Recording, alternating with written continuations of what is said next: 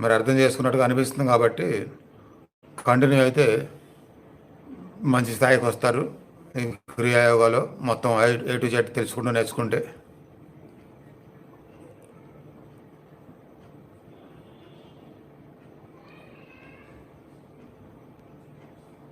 Okay, అలానే ఉండాలి. Very good. అదే చెప్పాను, ఎక్కడికి వెళ్ళినా గురువు గారు సాధన కంటిన్యూ చేస్తున్నాను. అట్లా ఏదో ఒక వీడియో పెట్టుకోవాలి, మాటలు వినాలి, మనసు లోపల తీసుకెళ్తూ ఉండాలి. అది మంచి పని.